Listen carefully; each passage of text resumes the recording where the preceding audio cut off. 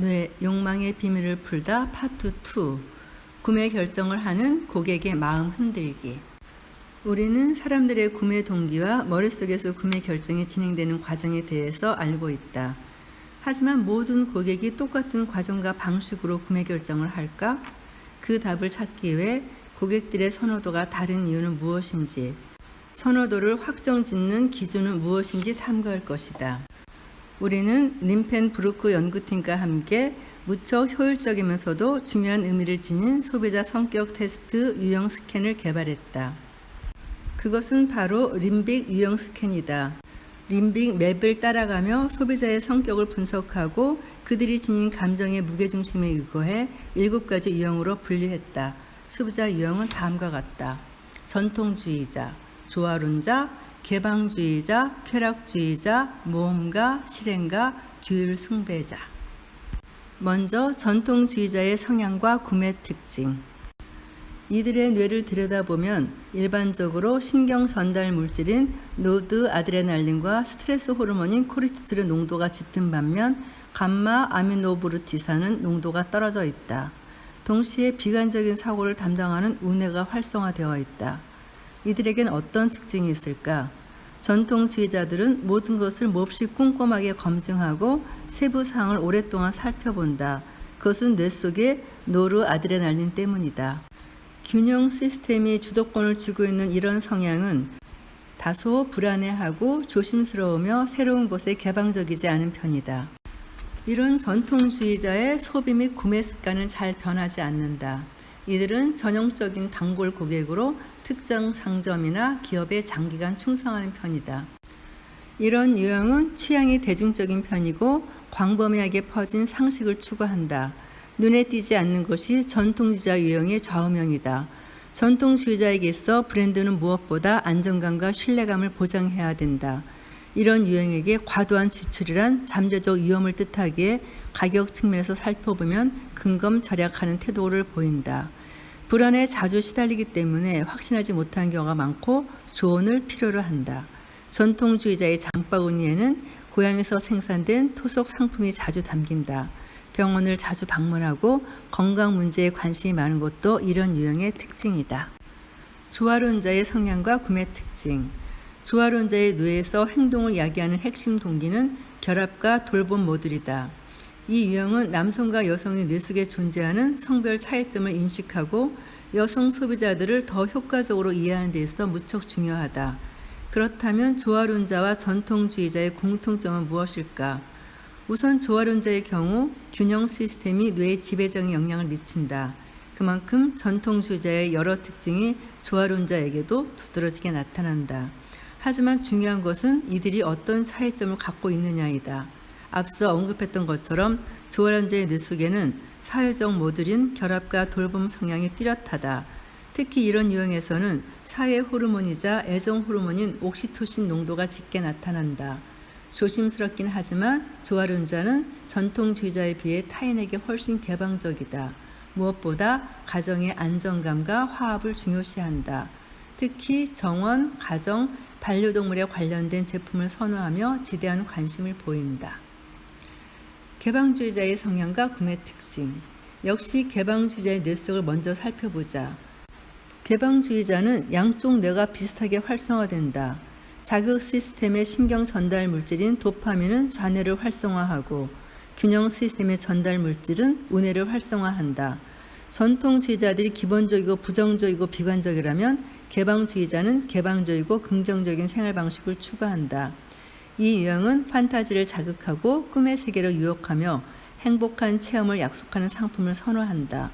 물론 품질과 원료도 눈여겨보는 편이지만 무엇보다 제대로 향유가 가능해야 한다는 것이 핵심 포인트다. 누리고 즐기는 것이 이 유형의 좌우명이다. 개방주의자는 타인과의 접촉을 중시하기 때문에 새로운 사람을 만날 수 있는 문화 공연과 이벤트에 적극적으로 참여한다. 또한 가족과 함께하는 체험도 중요하게 생각한다. 이들에게 돈은 부차적인 문제이긴 하지만 그럼에도 최소의 금액으로 최대한의 즐거움을 누리기 원하므로 비용을 신경 쓰는 편이다.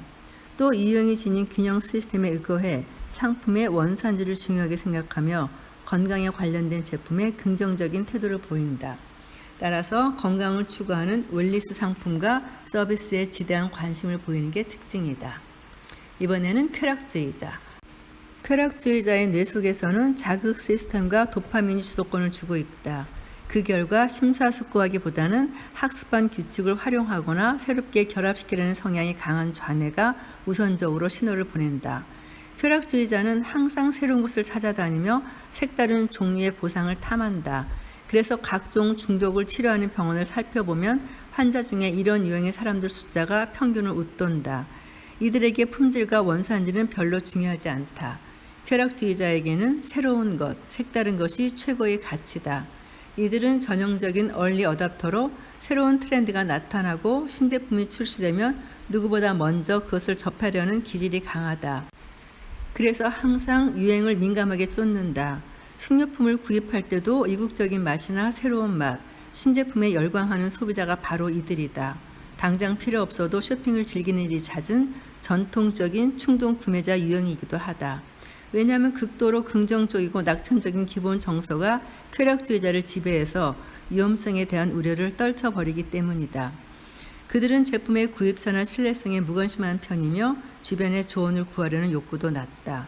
새롭거나 특이한 것이 있는 장소라면 항상 빠지지 않는다. 쾌락주의자에게 있어 몸이란 신나는 체험을 하고 자신을 표출하기 위해 꾸며야 하는 것이다.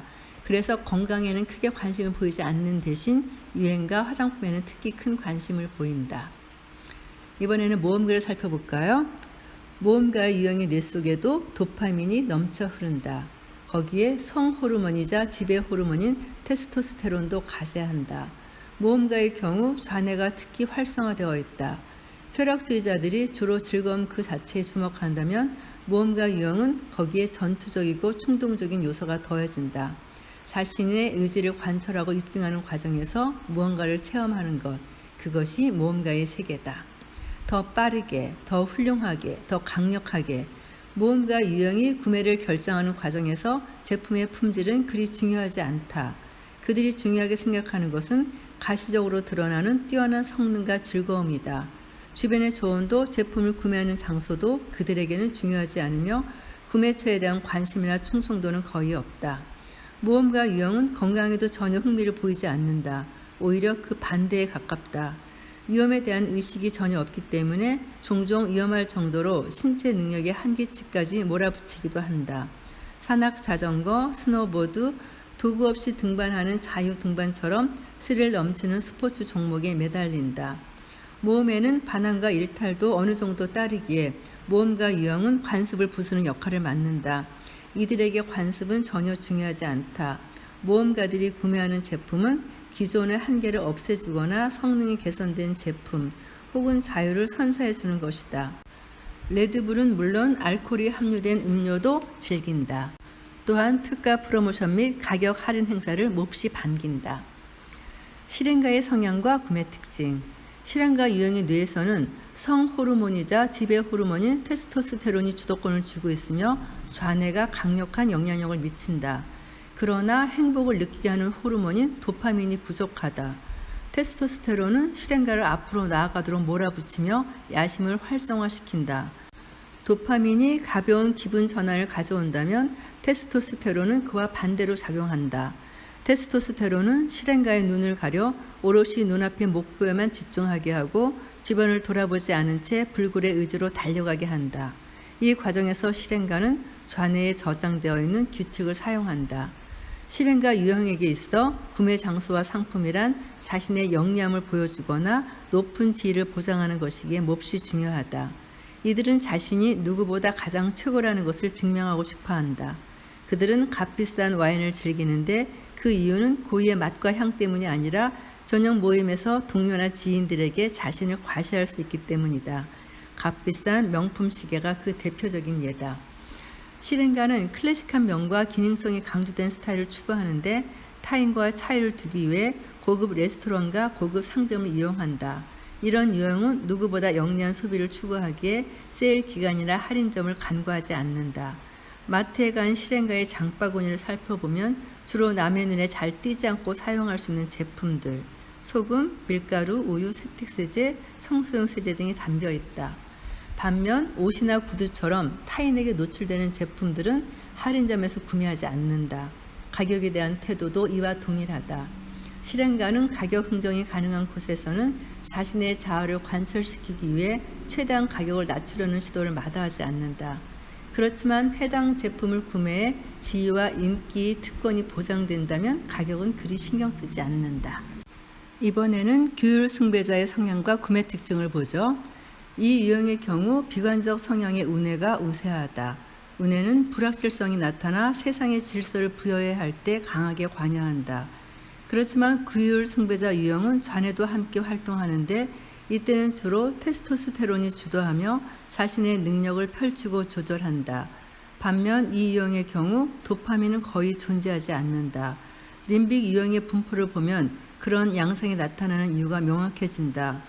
규율 숭배자는 쾌락주의자와 정반대편에 위치한다.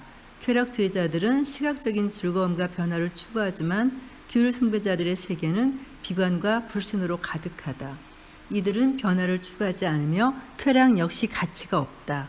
쓸데없는 물건은 절대 사지 않고 순수하게 기능성을 고려해 꼭 필요한 것만을 구매한다. 이들에게 세상이란 확실하고 제어 가능한 곳이어야 하고 예기치 못한 성가시 사건을 증오하기 때문에 무엇보다 품질 및 보증과 관련된 요소를 무척 중요시 여긴다. 규율 숭배자는 마치 계산기 같다. 또한 이 유형은 항상 가격을 비교하기 때문에 구매 결정을 내리기까지 시간이 오래 걸린다. 무엇이든 예측 가능하게 만들어주는 것은 전부 환영한다. 이를테면 품질 평가 법인의 테스트 같은 객관적인 척도를 상당히 중요하게 생각한다. 따라서 다양한 상점을 이용하지 않고 저렴한 비용으로 예측 가능한 품질의 제품을 판매하는 몇 곳만을 정해두고 이용한다. 순수한 기능적인 측면을 최고의 가치로 평가하는 만큼 최신 유행은 이들의 관심 밖이다. 쾌락주의자들은 혹시 흥미로운 새 제품이 나왔는지 살펴보러 여기저기를 기웃거리지만 규율 숭배자들은 절대 그러지 않는다. 이들은 최소의 상점 몇 곳만을 선별해 잘 아는 것만 방문한다. 상품의 가짓수에 있어서는 전통주의자와 유사한 면이 있다. 모험가, 쾌락주의자, 개방주의자가 폭넓은 제품의 선택권을 선호한다면 규율 숭배자는 이와 반대다. 가짓수가 많지 않아 한눈에 들어오는 상품 종류를 선호한다. 복잡하지 않아야 인지적인 부담이 줄어들기 때문이다. 무엇이든 불필요한 것은 모조리 거부한다. 절약은 이 유형의 기본 미덕이다. 이렇게 듣고 보니까 딱 저도 생각나는 사람이 있네요. 이어지는 방관자의 성향과 구매 특징입니다. 소비자의 유형 분류를 완성하기 위해서는 한 가지 특수 유형을 언급해야 한다. 빅3 중 그 어느 요소도 두드러지지 않는 사람들이 있는데 이런 유형의 소비자는 불안감도 걱정도 호기심도 없으며 높은 질을 추구하지도 않는다. 심리학에서는 이들을 안정적, 내향적 성향을 지닌 유형이라고 부른다. 조금 부정적으로 말하자면 무관심하고 둔감한 유형의 사람들이다. 이들은 제품의 품질이나 혁신에 대한 특별한 기대감이 없기 때문에 주로 평범한 대량 생산 제품을 구매한다. 이런 성격 특성 때문에 직업적으로도 큰 성공을 거두기 힘들다. 따라서 소비에 쓸만한 돈도 많지 않은 편이다. 지금까지 우리는 림빅 유형에 대해 자세히 알아보았다. 이제는 몇 가지 경험을 근거로 이것이 마케팅과 관련해 어떤 의미를 지니는지 함께 살펴보자. 먼저 스포츠에 대한 관심도. 여기서는 모험가들은 가치지수 268로 가장 선두에 있다. 우리는 모험가의 뇌가 도파민과 테스토스테론으로 가득 차 있다는 것을 앞서 살펴봤다.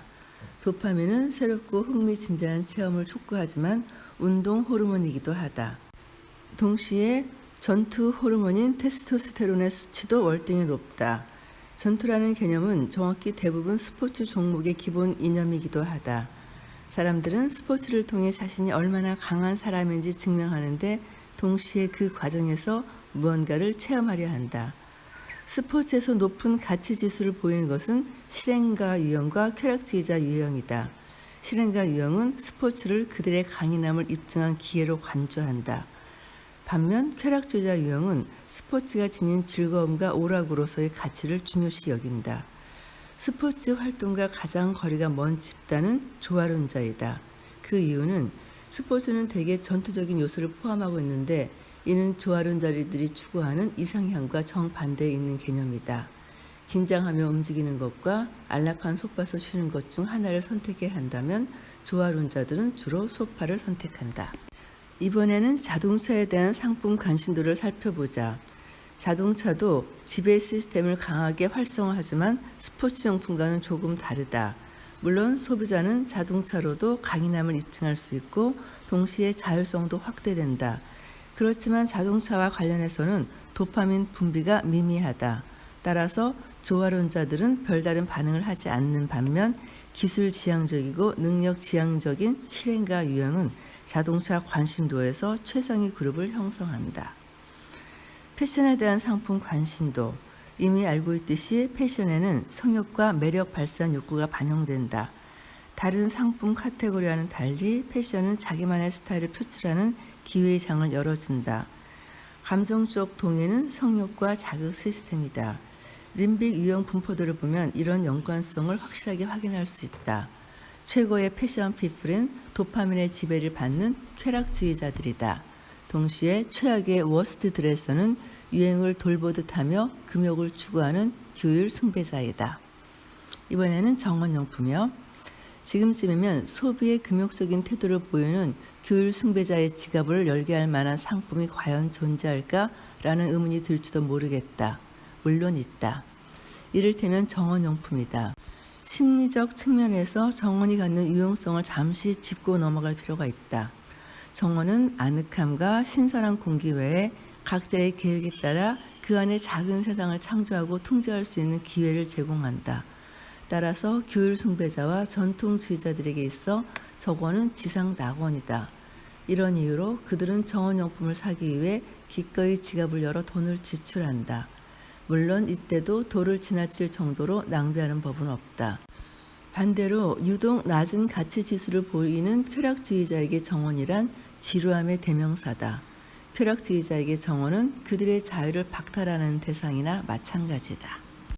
이번에는 품질을 추구하는 고객과 가격을 추구하는 고객을 살펴보자. 시장 연구에서는 흔히 품질을 추구하는 고객과 가격을 추구하는 고객으로 구분한다. 이런 구분은 근본적으로 가격 혹은 품질을 결정적인 구매 기준으로 삼는 소비자들이 존재한다는 사실을 암시한다. 그러나 안타깝게도 이는 잘못된 생각이다. 품질을 중시하는 소비자의 의식은 결정적으로 해당 상품에 대한 관심과 선호도에 달려있다. 다시 말해 소비자는 딱히 관심이 가지 않는 상품의 경우 품질에 대해서도 기대하지 않는다는 뜻이다. 예를 들어 전자오락 게임기 품질에 대한 소비자의 기대치를 살펴보자. 기술과 자극이 주요 특징인 이 상품군은 특히 쾌락주의자, 모험가, 실행가를 매료시킨다. 이런 유형의 소비자들은 이 제품군에 대해 꿰뚫고 있으며 조예가 깊다. 따라서 전자오락 게임기에 관심을 보이는 소비자는 최고의 품질을 기대한다. 반면 식료품에 대한 품질 기대치를 나타내는 표는 완전히 다른 양상을 보인다. 충동적인 모험가에게 중요한 것은 배불리 먹는 것이기 때문에 무엇을 먹을지에 대해서는 그리 고민하지 않는다. 한편 기술에 무관심한 조화론자들은 질적으로 훌륭한 음식에 무엇보다 높은 가치를 둔다. 또 막연히 생각하면 사치품은 품질과 밀접한 관련이 있을 것처럼 보인다. 하지만 중요한 건 따로 있다. 물론 품질도 중요하지만 사치품을 진정한 사치품으로 만들어주는 요소는 일반적으로 배타성과 그 상품을 사용하는 사람의 지위를 증명할 수 있는 가능성이다.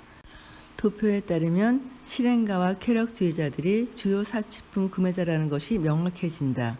이때 실행가에게는 지배 시스템을 동의도로 하는 지위 측면이 중요한 반면 쾌락주의자들에게는 자극 시스템을 동의도로 하는 개인화 측면이 가장 중요하다. 이와 반대로 규율 숭배자와 전통주의자 그리고 일부 조화론자는 절제하는 소비 태도를 보인다. 우리는 여기서 림빅 맵 전체를 7가지 림빅 유형을만 세웠다. 하지만 인간의 유형이 처음부터 7가지로 정해져 있었던 것은 아니다. 본질적으로 인간의 동기와 감정 영역을 몇 가지 유형으로 나누는가는 그다지 중요하지 않지만 2가지 혹은 4가지 유형으로 분류하는 것도 고려해 볼 수 있다. 예컨대 규율 숭배자와 조화론자 그리고 전통주의자를 한 그룹을 묶어 보수파로 지칭할 수 있다. 또 개방주의자, 쾌락주의자, 모험가, 실행가를 통합해 현대파 그룹으로 지칭할 수도 있다. 또 즉흥적 유형, 야심가 유형, 느긋한 유형, 전통적 유형처럼 4가지 유형으로 분류하는 것도 가능하다. 뿐만 아니라 12가지 유형으로 세분화해서 분류하는 것도 가능하다. 그렇지만 유형이 많아질수록 유형의 세분화가 점점 복잡하고 어려워진다는 점을 고려해야 한다. 위에서 설명한 림빅 유형 외에도 다른 목표 그룹 분류법이 존재한다. 이를테면 인생의 단계에 따라 청소년, 1인 가구, 비혼자, 아이가 있는 젊은 부부, 성인 자식이 있는 노부부로 나눌 수도 있다. 앞서 살펴본 것처럼 성격 특성의 50%는 태어날 때부터 선천적으로 타고난다. 호기심이 강한 사람과 야심이 큰 사람은 배우는 것을 좋아하고 커리어를 쌓기 위해 많은 노력을 한다. 그 밖에도 사회학적 연구에 따르면 교육 수준과 소득 수준이 높은 사람들의 대다수가 비교적 좋은 환경에서 태어났다고 한다. 기업차의 고위 임원, 공무원, 자영업자의 자녀가 대학에 진학하는 비율이 노동자의 자녀보다 훨씬 높다. 교육학 연구에 따르면 이런 아이들은 그들의 부모에게서 자극과 격려라는 지원을 더 많이 받는다는 것을 확인할 수 있다. 유년기에 긍정적으로 접하는 교육적 영향은 뇌의 감정 및 동기 시스템을 지배와 자극을 지향하는 방향으로 바꿔 놓는다. 그러나 이외에도 영향력을 행사하는 세 번째 핵심 인자가 남아있다. 직업적, 사회적 성공 역시 뇌에 직접적인 영향을 미친다. 여러 학문적인 연구에서 직업적, 사회적 성공이 커질수록 도파민 농도와 테스토스테론의 농도가 동반 상승한다는 사실이 입증되었다. 마찬가지로 부정적인 효과도 있다. 보통 이런 현상을 승리자의 경쟁 및 패배자의 함정으로 설명했다. 어쨌든 지금은 사회 인구학적 목표 그룹 분류의 특징을 조금 더 살펴보도록 하자. 이 분류에서는 연령과 성별이 분류 기준으로 포함되는 경우가 빈번하다. 그동안 생물학적 성별 차이를 살펴보고 그에 대해 연구하는 것은 오랫동안 정치적으로 잘못된 일로 간주되어 왔다. 남녀 간에는 공통점도 많지만 차이점도 무시하지 못할 정도로 많다. 여성은 남성과 사고방식도, 감정도, 구매 방식도 다르다. 여성은 자유롭게 쓸 수 있는 여유 자금의 70% 이상에 대해 권한을 갖고 있다. 여성과 남성 모두에게 상품을 판매하고 싶다면 우선 유니섹스 안경을 벗어야 한다. 뇌 연구 분야에서 도출한 결과에 의거해 성별에 따라 생각과 행동이 다른 것은 생물학적 원인 때문임을 받아들이는 사람들이 갈수록 늘어나고 있다. 그렇다고 해서 모든 것이 생물학적으로 결정되고 교육이 아무 역할도 하지 못한다는 뜻은 아니다. 여자아이들은 태어난 순간부터 양육 방식이 남자아이들과 다르다. 예컨대 여자아이가 울음을 터뜨리면 부모는 아기가 불안해서 온다고 생각하지만 남자아기가 불면 분노를 표출하는 거라고 해석한다. 하지만 우리는 주위에서 체격은 몹시 남성적이지만 여성적이고 섬세한 행동을 하는 남성들도 보고 남성을 능가할 정도로 적극적인 행동을 하고 도전적인 사고방식을 가진 여성들도 많이 본다. 따라서 성을 생물학과 사회심리학 방식에 따라 인위적으로 구분하는 것은 옳지 않다고 생각한다. 뇌와 문화, 교육은 서로 독립된 요소가 아니라 복합적으로 상호 협력하는 요소이기 때문이다.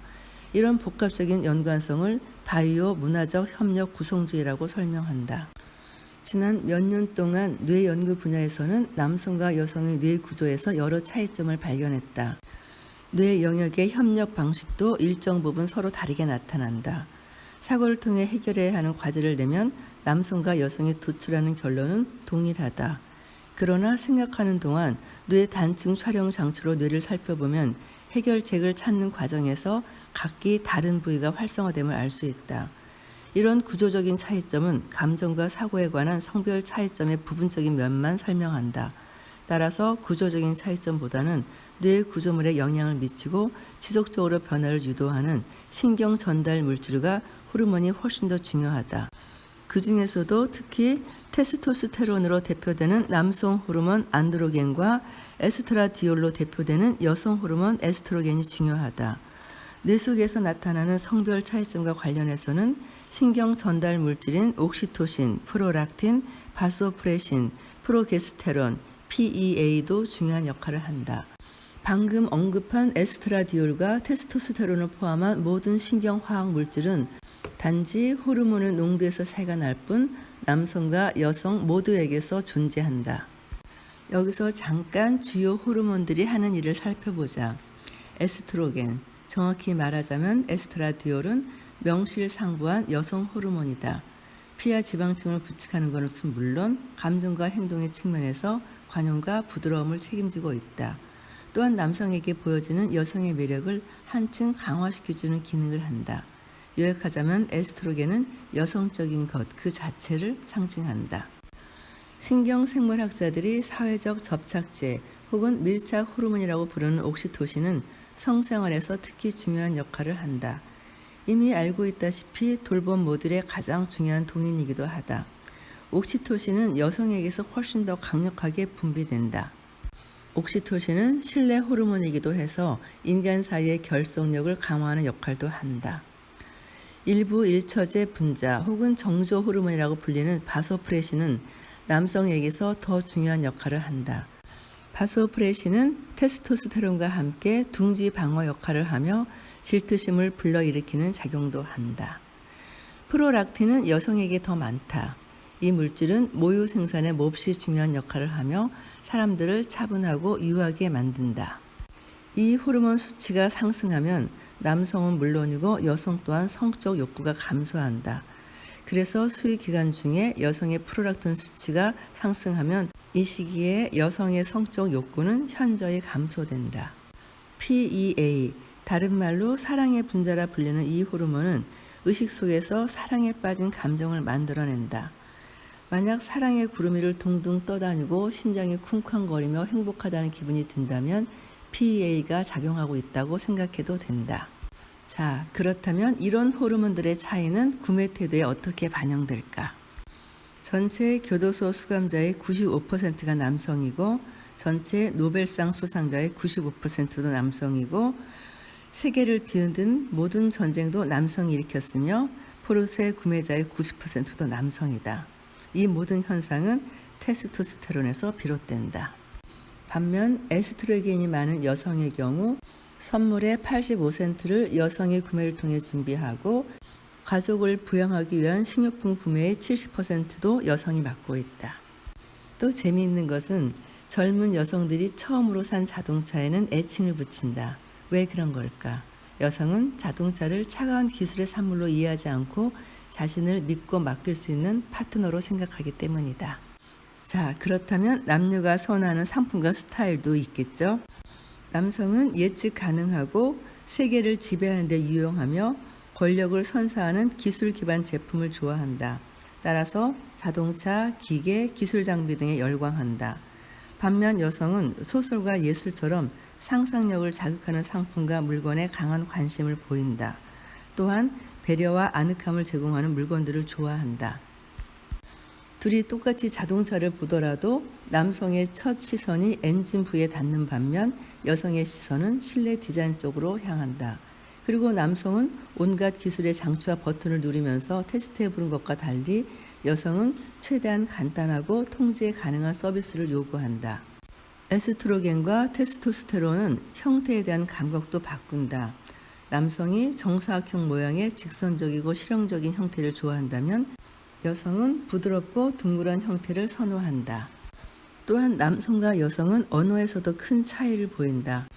여성은 남성보다 훨씬 많은 단어를 사용하며 남성의 언어보다 훨씬 세분화되어 있다. 자동차를 구매한다고 가정해보자. 자동차 영업사원이 눈을 반짝이는 남성 고객에게 250마력 엔진이 장착된 이 자동차는 단 6초 만에 시속 0km에서 시속 100km로 속도를 올릴 수 있습니다라고 설명한다. 이 순간 그 남성의 변형계에 있는 성욕 및 공격성 중추와 쾌감 중추가 기쁨으로 빛날 것이다. 반면 그런 설명에 여성의 뇌는 냉담하고 지루한 반응을 보인다. 또한 육중한 SUV 차량이나 오프로드 차량을 보았을 때 남성의 지배 시스템이 환호하는 반면 에너지 전략 모드에 돌입한 여성의 뇌는 무관심하게 대충 보고 지나간다. 그러나 영리한 영업사원이 정말 근사해 보이지 않습니까? 고객님을 지켜줄 3,000kg짜리 수호천사랍니다. 라고 말한다면 여성의 눈길을 끌 수 있을 것이다. 이번에는 여성이 패션과 화장품 쪽에 남성보다 더 많은 돈을 쓰는 것을 살펴보자. 원래부터 그랬다고 말할 수도 있겠지만 그건 만족스러운 대답이 아니다.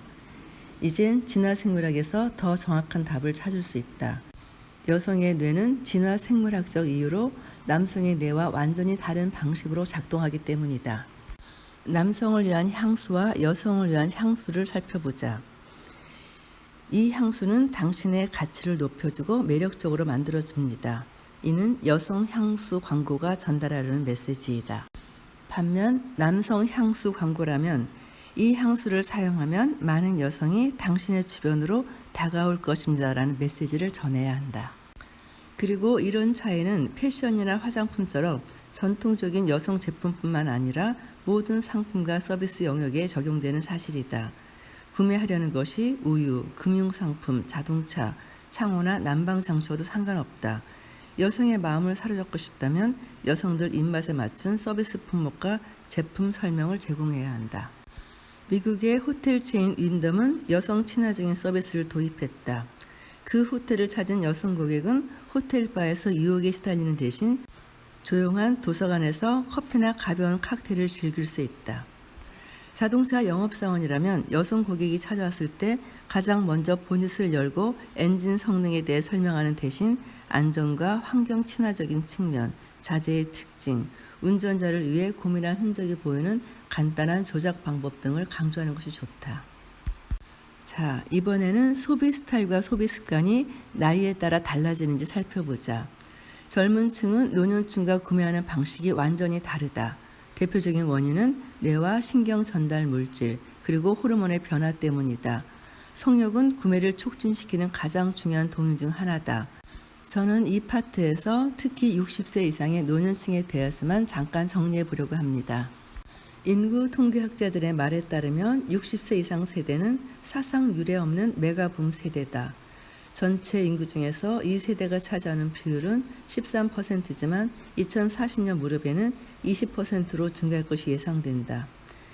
그리고 65에서 75대 세대는 전체 수입에서 자유롭게 지출할 수 있는 여력이 가장 많은 연령층이다.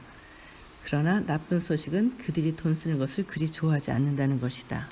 이 세대를 제대로 이해하려면 우선 그들의 뇌를 면밀히 살펴볼 필요가 있다. 자극 시스템과 지배 시스템의 연료인 테스토스테론과 도파민이 크게 감소하는 반면 스트레스 호르몬이자 불안 호르몬인 코르티솔의 수치는 크게 증가한다. 또한 내적 여유를 담당하는 세로토닌이 빠른 속도로 감소한다.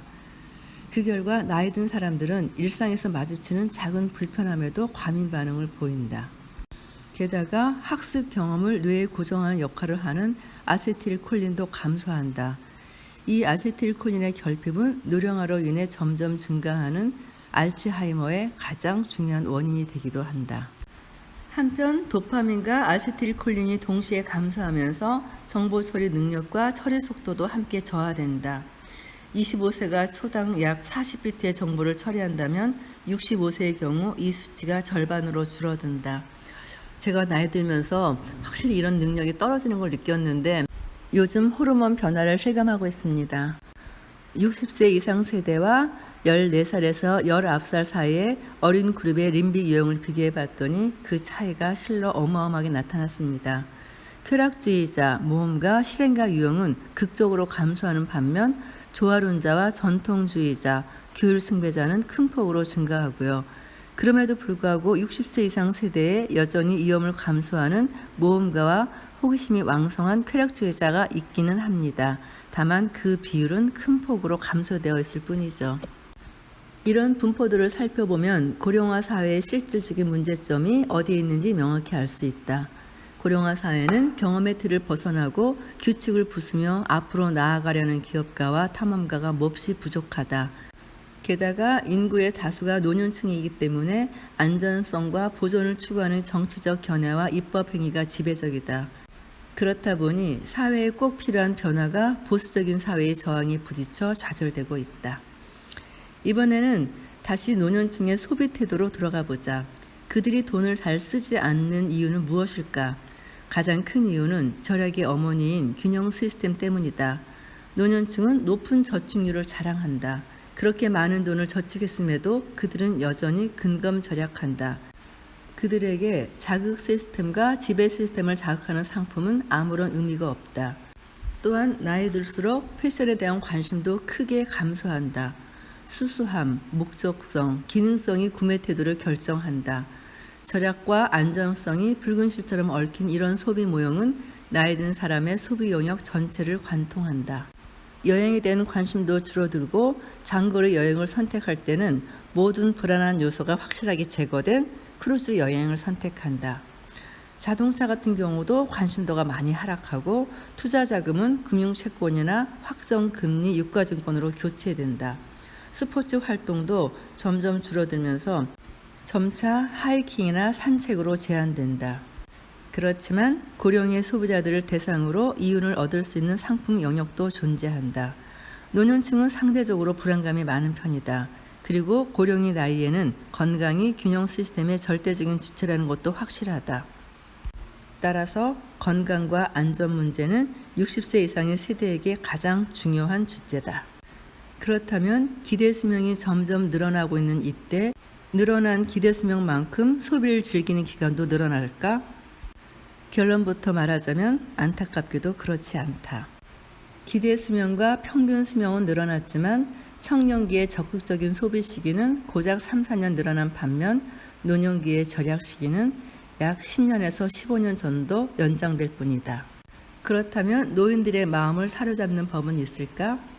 상품이나 서비스 혹은 상점에 노인 전용이라는 안내문을 붙이는 방법으로는 노인들을 사로잡을 수 없다. 노년층을 공략하려면 해당 상품 및 서비스의 내용이 노인에게 적절하게 설정되어야 하고 노년층의 마음을 열 수 있는 광고 카피를 고민해야 한다. 예컨대 기술 제품의 경우 조작 방법이 매우 간단해야 한다. 게다가 시각과 청력은 물론 섬세한 운동 능력도 떨어지므로 노인을 위한 상품을 디자인할 때는 이런 점을 고려해야 한다. 예로 자동차 구입을 보면 노년층의 고객이 원하는 것은 주행할 때의 안전성, 간단한 조작법, 달리는 도중에 차가 서버리지 않을 거라는 확신이다. 또한 디자인 감각에서도 차이가 난다. 노년층은 익숙한 형태를 선호한다. 그리고 물건을 살 때 결정을 내리기까지 시간이 걸리므로 판매자가 재촉하지 않기를 기대한다. 이런 요구를 충족시키는 서비스와 상품이라면 노년층을 공략하는 데 분명 효과가 있을 것이다. 오늘도 역시 녹음이 길어졌네요. 파트 2에서 마무리하고요. 다음 시간 파트 3로 다시 오겠습니다. 감사합니다.